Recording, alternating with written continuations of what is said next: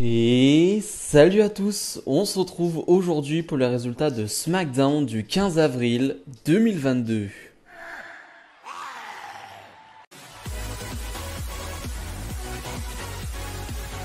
Et on ouvre le show avec les champions par équipe de Raw, RK Bro, qui sont sur le ring et ils veulent répondre donc au challenge donné par les Usos, donc dans le show des Usos à SmackDown. Les Usos qui sont venus au show donc de RK Bro à Raw. Et finalement, les Usos vont arriver. On va avoir une superbe promo des Usos et avoir une superbe réponse de Randy Orton. C'est-à-dire que les Usos vont déjà se mettre en avant et vont dire, avant de parler, avant de savoir ce que vous voulez, si vous acceptez notre challenge ou non, et on va vous rappeler qui on est. Donc voilà, ils vont donner tout leur palmarès, tout leur nom.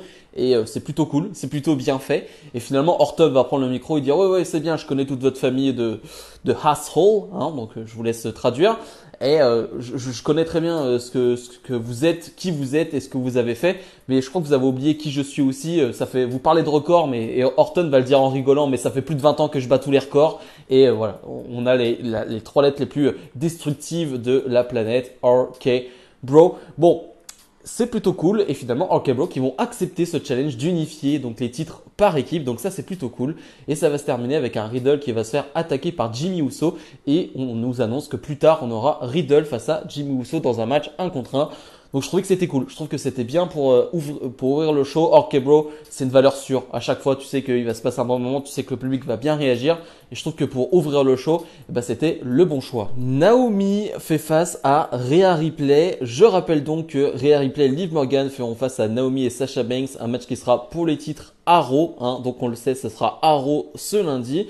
On a un match de 7 à 8 minutes et c'était très bon. Et oui, je n'exagère pas, ça fait plaisir parce que on avait eu un Naomi Liv Morgan qui partait bien, je crois, si je me trompe pas, à Raw, mais qui n'a duré que 2 minutes. Et là non, on leur donne 7-8 minutes, donc on a un vrai combat de catch avec un début, avec un milieu et avec surtout une vraie fin. Donc ça fait plaisir, on a un vrai bon combat. Je trouve que Naomi maintenant commence à être une valeur sûre. On pouvait avoir quelques doutes pardon, il y a quelques semaines, quelques mois. Et là finalement, on lui donne de plus en plus de matchs un peu plus longs et elle est au niveau. Et Rhea Ripley est très over, hein. Rhea Ripley très appréciée. Je rappelle que aussi Rhea Ripley est placée dans les top babyface d'Euro, hein, selon un site de news américain. Elle est vraiment placée dans les top face d'Euro selon la WWE. Donc c'est plutôt logique de l'avoir gagné ce match. Et oui, parce qu'elle va gagner ce match clean. Ça, c'est plutôt une surprise de l'avoir gagné clean, sans intervention de Liv Morgan ou soit sans, on va dire, problème entre Naomi et Sasha Banks. Non, victoire clean de Rhea Ripley. Et c'est clairement elle qui est mise en avant de son côté. Pour ceux qui pensaient encore au projet Liv Morgan, non. On peut croire à un projet Rhea Ripley parce qu'on sent que Rhea Ripley a possiblement tout ce qu'il faut, on va dire, pour arriver au haut niveau. Ce qui n'était malheureusement pas le cas pour Liv Morgan pour la WWE. Madcap Moss fait face à Humberto, donc l'un des membres de Los Lotarios. J'ai pas grand chose à dire sur le combat, ça va durer 2-3 minutes. Mais voilà, on sent que la WWE veut mettre en avant Madcap Moss du côté face, hein, parce que je rappelle qu'il a tourné sur Happy Corbin. Donc finalement maintenant, Madcap Moss est apprécié du public. Donc c'est clairement le but de la WWE d'avoir des réactions positives pour Madcap Moss. Ça marche plutôt bien dans ce match, même si j'avoue que la foule de ce soir est pas hyper chaude, hein, n'est pas incroyable, donc ça n'aide pas forcément. Mais en tout cas, il va gagner ce match assez rapidement, donc ça lui donne une première victoire en tant que babyface pour Madcap Moss. Et mon avis pour WrestleMania Backlash, même si ça n'a pas été encore annoncé, je pense qu'on aura Madcap Moss face à Happy Corbin. Charlotte Flair, la championne de SmackDown, se fait interviewer sur le ring par Drew Gulak. Drew Gulak qui gère les interviews ce soir, et c'est plutôt pas mal, hein, Drew Gulak qui était une ancienne superstar WWE, enfin qui avait vraiment de vrais matchs. Là pour le coup, ça fait un petit moment qu'on l'a pas vu en action et je crois qu'il est dans la production WWE en ce moment. En tout cas, voilà, il est au sein de la WWE et j'ai bien aimé, on va dire, l'interaction qu'il va avoir avec Charlotte Flair pendant cette promo parce que Charlotte Flair va dire non, moi j'ai pas refusé ce match contre Ronda Rousey en I Quit match et Drew Gulak va lui dire bah si, en fait c'est toi qui as refusé. Finalement, Adam Pearce et la direction de WWE ont dit que ce match allait avoir lieu et finalement t'as abandonné, hein, Mania. On l'a tous vu. C'est-à-dire que quand l'arbitre avait le dos tourné, en tout cas, était au sol, bah t'as abandonné et on l'a tous vu. Donc le public va bien jouer avec ça hein, en chantant You tap out, hein, tu as abandonné. C'est plutôt marrant tout ce qui se passe. Et finalement, j'ai bien aimé aussi la phrase de Charlotte Flair. Alors je sais pas si ça aura un rôle sur le futur de Drew Gulak ou non, mais elle va lui dire et toi, t'as abandonné? Toi, t'as abandonné le fait que t'étais une superstar, que t'étais un catcheur et que maintenant tu ne fais plus rien, tu n'es plus ça. Et finalement, elle va dire, c'est comme vous, donc les gens ici, hein, le public, vous abandonnez tout dans votre vie, hein, que ce soit personnel, professionnel, vous abandonnez tout le temps, alors que moi, non. Moi, la seule chose que je fais, c'est gagner les matchs. Et finalement, elle va porter même sa prise en 8 sur Drew Gulak et les officiels de la WWE vont arriver pour les séparer.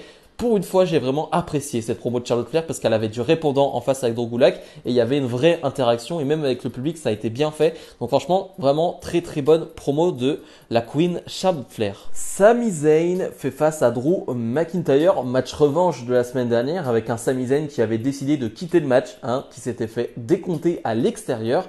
Eh bien, cette semaine, un match pas différent du tout. On a exactement le même type de match avec un Sami Zayn qui veut s'en aller, qui veut partir du ring. Ce qui donne un match pas intéressant. Au bout de 3 minutes, Sami Zayn va réussir à s'en aller, se faire décompter à l'extérieur. Drew McIntyre va essayer d'aller le chercher après dans le public. Et en backstage, finalement, on va apprendre, Zayn va se retrouver avec Adam Pearce. Et Adam Pearce va lui dire, la semaine prochaine, tu auras un autre match face à Drew McIntyre. Super.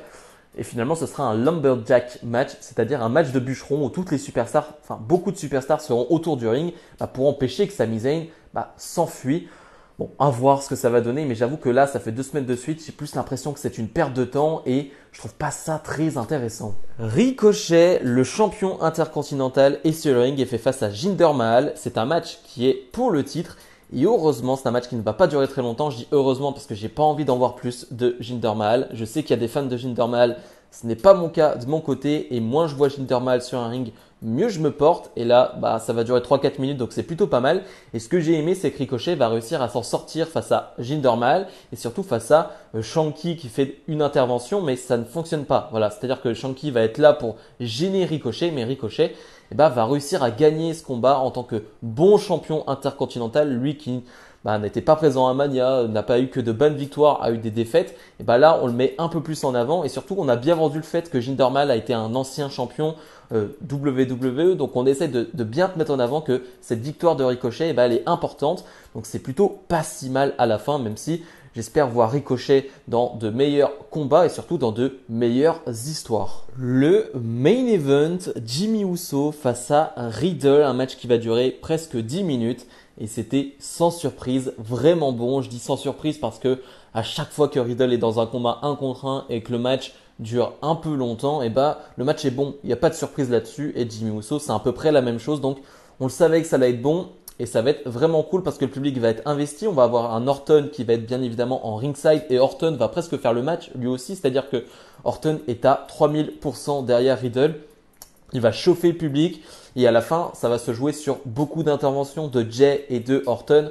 Finalement, ça va être un bordel donc à côté du ring et c'est Riddle qui va bien s'en sortir en portant un pop-up RKO. Je vous invite à aller le voir parce que à décrire, c'est quasiment impossible, mais il va être projeté en l'air et va réussir à porter un RKO sur Jimmy Uso. C'est magnifique. Je ne sais pas comment il a fait, mais c'est magnifique. Il va donc gagner ce match et on va voir même Orton qui arrive sur le ring pour célébrer, même avant le tomber. Orton qui est trop excité ce soir-là, qui est à fond. Franchement, dans ce rôle de babyface, Orton est vraiment très très bon et tu sens qu'il prend beaucoup de plaisir. Lui qui normalement n'aime pas trop jouer le face, il préfère largement être un heel, être le grand méchant de l'histoire. Et là non, tu sens qu'il prend vraiment beaucoup de plaisir. Il est très très à fond et ça fait plaisir. Donc on termine le show avec la célébration des champions par équipe de Raw, RK Bro. Bilan de ce SmackDown. C'était pas mal. C'est-à-dire que la semaine dernière, le show était vraiment pas bon. J'ai vraiment pris zéro plaisir. Je trouve qu'il n'y avait pas vraiment de bonnes choses. Cette semaine, il y a des mauvaises choses, mais il y a quand même des choses qui sont bonnes et qui en ressortent. Je pense au match, donc le main event. Je pense à Naomi Rhea Ripley. Je pense à la promo de Charlotte Flair. Je pense à la promo entre Randy Orton, Riddle et les Usos. Donc voilà, il y a pas mal de choses intéressantes quand même dans l'ensemble, même si je trouve que ça manque d'un gros moment. Je trouve que ça manque d'un moment où tu dis ok, c'est quand même un show pas comme les autres, c'est un show sympa, c'est un show sympathique, mais je suis pas sûr que ça donne très envie à tout le monde de voir la suite. Donc moi, si je dois donner une note, on sera sur un 6 sur 10 parce que je trouve que c'était plutôt correct et je me suis pas trop ennuyé. Bref, comme d'habitude, n'hésitez pas à mettre le petit pouce bleu, à vous abonner. Nous, on se retrouve la semaine prochaine pour d'autres vidéos. Salut, salut!